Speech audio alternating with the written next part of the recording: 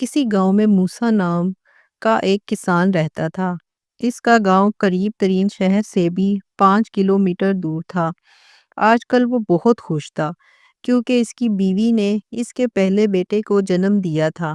موسیٰ نے اپنی بیوی کو یاد دلایا کہ اگلے 7 دن انہیں پورے قبیلے کو اچھے اچھے کھانے کھلانے ہیں جو گوشت سے بنے ہوئے ہوں۔ اس کی بیوی نے اس کی تائید کی اور کہا کہ گوشت بھی مرچوں والا ہونا چاہیے۔ ٹھیک ہے، پھر میں آج ہی شہر روانہ ہوتا ہوں اور وہاں سے گوشت اور مرچیں خرید کر لاتا ہوں۔ اگلے دن وہ جنگل میں سے گزرنے والے راستے سے شہر کی طرف روانہ ہو گیا۔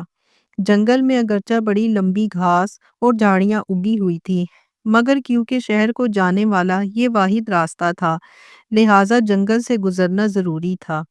جو ہی موسیٰ شہر پہنچا تو اس نے مارکیٹ میں ڈھول بجنے کی آواز سنی، جو اس بات کا اشارہ تھا کہ کسائیوں نے ابھی کوئی جانور ذبح کیا ہے اور تازہ گوشت خریدا جا سکتا ہے۔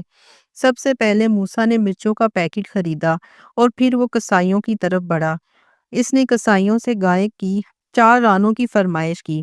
اس نے انہیں بتایا کہ خدا نے اسے بیٹا عنایت کیا ہے، لہٰذا اس نے قبیلے کو کھانا کھلانا ہے۔ انہوں نے ذبح شدہ گائے کی 4 رانیں موسیٰ کو دے دی۔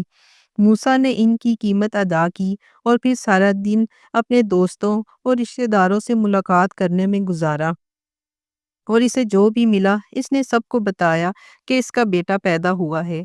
سب اسے مبارک دیتے رہے۔ شام ڈھلنے کے بعد جب مساجد میں مغرب کی آواز گونج رہی تھی، موسیٰ شہر سے گھر جانے کے لیے روانہ ہوا۔